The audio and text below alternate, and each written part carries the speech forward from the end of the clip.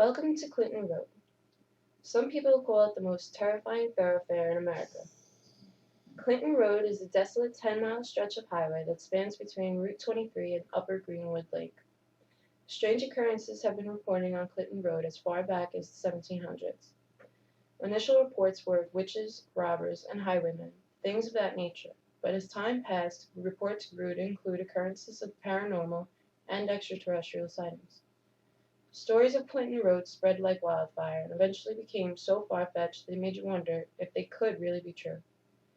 Ghosts, aliens, demons, crossbred human tigers, hellhounds, Satanists, the New Jersey Devil, and even the KKK have all been reportedly seen in the area. The fact is that it is a very dangerous highway that has taken the lives of numerous people. Winding up and down through a state park owned by the Newark Watershed, Cliton Road is bordered by dense forest on either side. It also does not have any streetlights, and the treetops overhang the roadway, making it pitch black at night. Add in the fact that there is a posted speed limit of 35, no stop signs, and some 90-degree turns, and you can see why so many fatal accidents have happened on Cliton Road. There is also some weird, credibly documented history attached here, such as the famous Jungel Habitat. Opened in '72 by Warner Brothers and closed in '76, is a mysterious story in itself.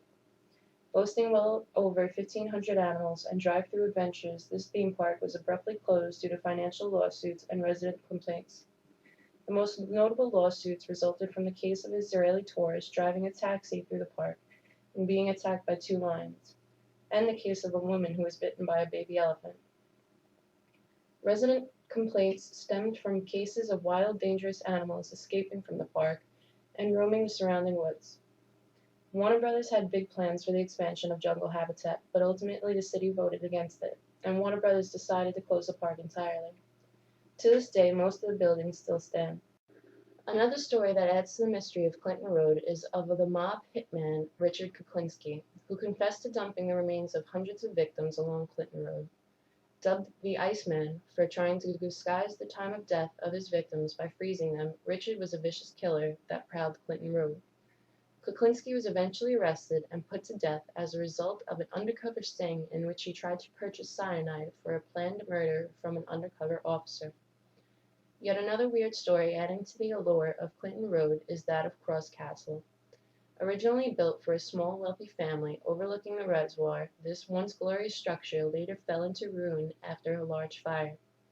Soon after, reports started occurring from hikers and campers in the area witnessing satanic rituals, mass gatherings at night of people surrounding bonfires, and even mutilated animal remains hanging from the interior ruins of the castle. Cross Castle is now believed to be the epicenter of satanic activity surrounding Cliton Road. Some other notable things to see include the Cliton Furnace, located on the southeast end of the road. This is documented as an iron smelter, but is alleged to be a cursed Druidic temple, and the numerous unmarked cemeteries littering the surrounding woods dating as far back as the 1700s. With the facts aside, there are also numerous local legends of how to invoke sightings and occurrences of the paranormal. There are reports of being chased by the infamous pickup truck that suddenly appears from nowhere and attempts to run you off the road, and then vanishes as quickly as it appeared, or supposedly mentioning the teenager who died in the Camaro along Cliton Road will trigger her sighting. And, of course, the most famous legend of the little boy at Dead Man's Curve. Tossing a quarter in the stream by Dead Man's Curve is supposed to result in the quarter being thrown back by the ghost of 2 little boys who died while riding their bikes on the frozen lake and falling through.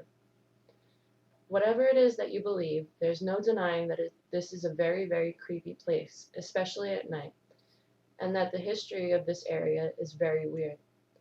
Personally, I've ventured around this area a little bit, driving the road dozens of times at night and taking a canoe on the lake a few times, but I've never experienced anything unusual. But as of yet, I haven't walked out into the woods and explored. Currently, I'm in the process of making another video where I test out all of the legends and get some good footage of these things to see. So don't forget to check back soon.